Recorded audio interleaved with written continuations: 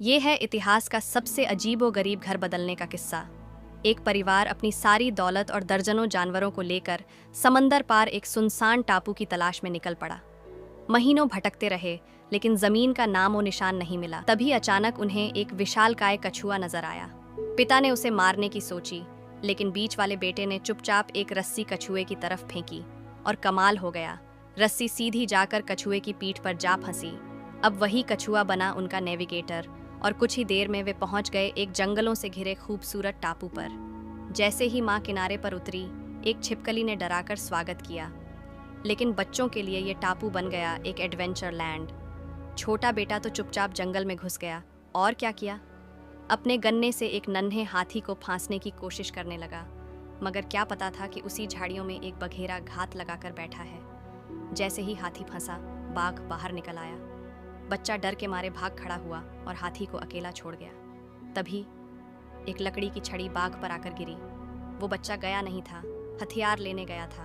बाघ भड़क गया और उस पर झपट पड़ा, लेकिन तभी माँ आ गई। पॉ पेट्रोल के साथ घर के दोनों कुत्ते बाघ पर टूट पड़े और कुछ ही देर में बाघ मैदान छोड़कर भाग गया। अब पूरे टापू पर इस परिवार की बादशाहत हो गई, पर खतरे अब भी बाकी थे, इसलिए उन्होंने पेड़ों पर घर बनाना शुरू किया। हाथी बना मजदूर और सफ़ेद घोड़ा बना जबरन मजदूर। सब कुछ अच्छा चल रहा था, लेकिन फिर हुआ हादसा। छोटा बच्चा फिर से पेड़ पर चढ़ गया, इस बार बंदर पकड़ने के लिए। एक पल की चूक और वो लटक गया पेड़ से। शुक्र है माता पिता पास ही थे, नहीं तो वो रस्सी में फंसकर मर जाता। माँ ने अब ठान लिया, पेड़ पर रहना खतरनाक है। पिता ने फैसला किया, और भी मजदूर लाओ। कुछ दिन बाद माँ को 3 आलीशान पेड़ घर दिखे, चारों तरफ रेलिंग, अंदर शाही सुविधाएं, कछुए के खोल से बने वॉश बेसिन, पानी से चलने वाला फ्रिज और पेयजल वाली बाल्टियां। माँ थोड़ी हैरान थी, मगर अब उसे भी मानना पड़ा। ये पेड़ वाला जीवन काफी रॉयल। जब तक उसने यह नहीं देखा था, तभी पापा आते हैं और छत से जुड़ी रस्सी खींचते हैं। अगले ही पल छत पर बना पूरा पैनोरेमिक खिड़की वाला हिस्सा धीरे धीरे खुलने लगता है। अब रात को तारे देखना हो, चाँद देखना हो या बस यूं ही परिंदों को ताकना, सब मुमकिन। पर पापा के इतना कहने के बाद भी माँ चुपचाप उदास होकर वहां से चली जाती है। ये क्या है? ये कितना खूबसूरत है, मैं इसके काबिल नहीं, मुझे यकीन नहीं हो रहा। पर्दों की चिंता मत करो, अगर पसंद नहीं तो मैं एक औरत को जानता हूं जो कुछ भी ठीक कर सकती है। ओह, प्यार सच में अमर होता है। फिर उन्होंने टापू पर एक सादा लेकिन प्यार भरी जिंदगी शुरू की। लड़का खेती करता और लड़की बुनाई, लेकिन उनका छोटा बच्चा अब भी वैसा ही शरारती निकला। कभी न कभी टापू पर किसी नई प्रजाति को खोज ही लेता। माँ को अब फिर चिंता सताने लगी। दोनों बड़े बेटे अब शादी की उम्र में थे, लेकिन इस सुनसान टापू पर बहू कहाँ लाए? आखिरकार माता पिता ने भारी दिल से उन्हें टापू छोड़कर शहर की ओर रवाना कर दिया। लेकिन ज्यादा दूर नहीं निकले थे कि अचानक उनका नाव पलट गया। उधर टापू के दूसरी ओर कुछ समुद्री लुटेरे एक दादा पोते को बंदी बना रहे थे। दोनों भाइयों ने चुपचाप पीछे से घुसपैठ की और जैसे ही लुटेरों में झगड़ा शुरू हुआ, वो दादा पोते को छुड़ाने पहुंचे। लेकिन तभी लुटेरों का सरगना आ गया। दादा चिल्ला उठा, बेटा, सिर्फ मेरे पोते को लेकर भाग जाओ। बड़ा भाई जिद पर अड़ गया, नहीं, हम दोनों को बचाएंगे। पर जब खतरा बढ़ता गया तो उन्हें मजबूरन भागना पड़ा। समुद्र से भागना बहुत रिस्की था, इसलिए उन्होंने टापू पार करके माता पिता के पास लौटने का फैसला किया। रास्ते में एक नदी आई और जैसे ही लड़के को बताया गया कि नदी पार करने के लिए कपड़े उतारने पड़ेंगे, वो घबरा गया। हर बहाना बनाकर कहने लगा, चलो लंबा रास्ता लेते हैं। भाई कितना भी समझाए, वो जमीन पर बैठ गया, टस से मस नहीं। बड़ा भाई आया और बोला, अब तेरे नाटक बंद कर। डर के मारे लड़का खड़ा तो हो गया, लेकिन जैसे ही सबने मुड़कर देखा, उसने दोनों भाइयों की बंदूक चुरा ली और अकेले ही दादा को बचाने निकल पड़ा। भाई उसे रोकने गए तो वह बहस करने लगा। उसी वक्त बड़े भाई ने पीछे से जाकर उसे दबोच लिया। जैसे ही वो उसे पकड़ता है, लड़के की टोपी गिर जाती है और भाई हैरान रह जाता है, क्योंकि सामने जो भाई था असल में एक लड़की थी। असल में दादा को डर था कि समुद्री लुटेरे उसकी पोती को देखकर गलत नजर रखेंगे, इसलिए उसने उसके बाल काट दिए और उसे लड़के की तरह तैयार किया। अब तो दोनों भाई पल भर में शर्माए हुए आशिक बन गए। पूरी राह उनका व्यवहार बदल गया और जैसे ही घर लौटे, लड़की ने जब लड़की वाला रूप अपनाया, भाई लोग तो एकदम दीवाने हो गए। घर का माहौल अब बेहद सुखद था, सब खुश थे। लेकिन तभी पापा सोच में पड़ गए। अगर समुद्री लुटेरे यहाँ आ गए तो, क्योंकि समुद्री डाकू कभी भी यहाँ पहुंच सकते थे। इसलिए अगले ही दिन उसने एक ऊंची पहाड़ी चुनी जहां वो एक मजबूत किला बनाना चाहता था। लेकिन जैसे ही सब तैयारी में लगे थे, शरारती छोटे भाई ने सोचा कि चलो जरा इस देसी बम की ताकत देखी जाए। मगर बम में आग लगाते ही वो घबरा गया और जल्दी से उसे समुद्र में फेंकने दौड़ा। पर तभी वो फिसल कर गिर पड़ा और बम सीधे जाकर बारूद के ढेर के पास लुढ़क गया। ये देख लड़का बुरी तरह डर गया।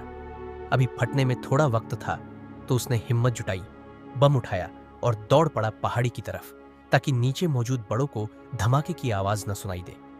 जैसे ही वो समुद्र किनारे पहुंचा, उसने तुरंत बम फेंक दिया, लेकिन जोर का धमाका हुआ और माँ बाप तक आवाज पहुंच ही गई। पिता को लगा कि शायद डाकुओं ने हमला कर दिया है। वो तुरंत सबको लेकर छोटे भाई को बचाने निकले, लेकिन तभी वो नटखट बच्चा हंसता हुआ बाहर आ गया। बचने के लिए उसने फटाफट कहा, चिंता मत करो, ये तो बढ़िया से काम करता है। सबने राहत की सांस ली, लेकिन डांट फिर भी जरूर पड़ी। अब डाकुओं से बचाव के लिए सिर्फ बम ही नहीं, उन्होंने बहुत सारी लकड़ियां भी जमा कर ली और रास्ते में जाल बिछा दिए। बड़े भाई ने बहन को हथियार चलाना भी सिखाया और इसी बीच दोनों की आंखें भी चार हो गई। लेकिन तभी दूसरा भाई आ गया जो उसी लड़की को पसंद करता था। उसने अपनी बातों से बड़े भाई को चिढ़ाकर वहां से भगा दिया और बोला, मैं भी तुझे शूटिंग सिखा सकता हूं। उधर छोटा भाई भी चालाकी कर रहा था। उसने सोचा कि इसी जाल से अगर शेर पकड़ लूं तो डाकुओं को भगाने में मदद मिलेगी। बड़े भाई ने मुस्कुराकर सिर हिलाया, लेकिन तभी दूसरे भाई ने फिर आकर ताना मारा। इस बार बड़े भाई ने सोच लिया कि अब तो सबक सिखाना ही पड़ेगा। दोनों में जबरदस्त लड़ाई छिड़ गई और छोटा भाई मजे से चीयर करने लगा। तभी पिता आकर बीच बचाव करते हैं और झगड़ा रुकता है। रात होते होते जंगल से शेर की दहाड़ सुनाई दी। किसी ने सोचा भी नहीं था कि छोटे भाई का जाल सच में एक शेर पकड़ लाएगा। अब सबके दिल को थोड़ी राहत मिली। अगले दिन माहौल हल्का करने के लिए उन्होंने एक पारिवारिक स्पोर्ट्स डे रखा, लेकिन तब तक समुद्री डाकू पास के इलाके में पहुंच चुके थे और उन्हें खोज रहे थे। जैसे ही उन्होंने सिग्नल फायर की आवाज सुनी, उनका ठिकाना पकड़ा गया। डाकू नावों में बैठकर तेजी से बढ़ने लगे।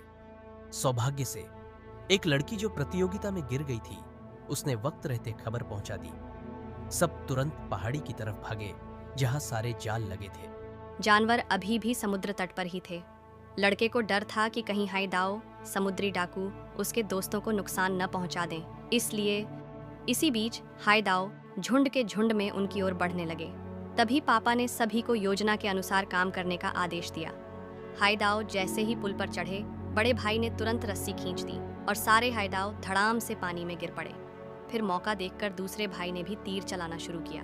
देखते ही देखते तीरों की बारिश में हाइदाओ कराह उठे, लेकिन ये तो बस झांकी थी। जब हाइदाओ पहाड़ की तरफ दौड़े, पापा ने एक और आदेश दिया और तभी भारी भरकम पत्थर धमाके के साथ नीचे गिरने लगे और सीधे हाइदाओ की भीड़ पर जा गिरे।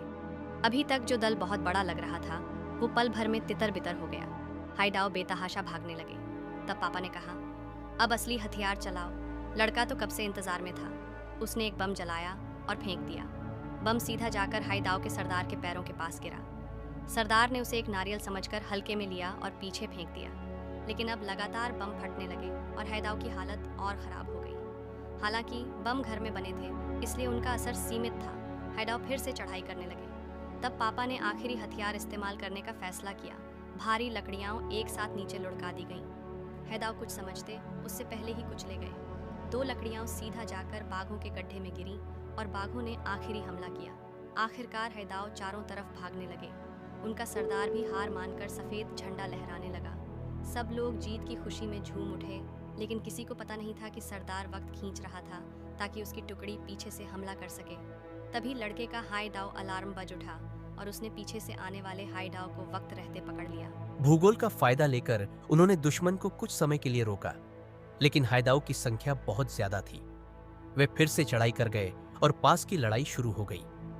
पहली लहर के हाइदाओ को तो उन्होंने हरा दिया, लेकिन अब उनके पास गोली नहीं बची थी और पापा भी गंभीर रूप से घायल हो गए थे। वे जमीन पर लेटकर अपनी किस्मत का इंतजार करने लगे।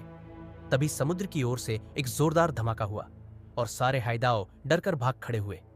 जब नजरें समुद्र की ओर गईं, तो पता चला कि हाइदाओ का बेस अड्डा लूट लिया गया है और ये काम किसी और का नहीं, लड़की के दादाजी का था। कहानी के अंत में लड़की ने बड़े भाई के साथ उसी टापू पर रहना चुना। दूसरे भाई ने लड़की के दादा के साथ समुद्र यात्रा पर निकलने का फैसला किया और एक महान नाविक बनने की ठानी। और छोटा भाई वो कहीं नहीं गया, अब वो इस टापू का आवारा बन गया।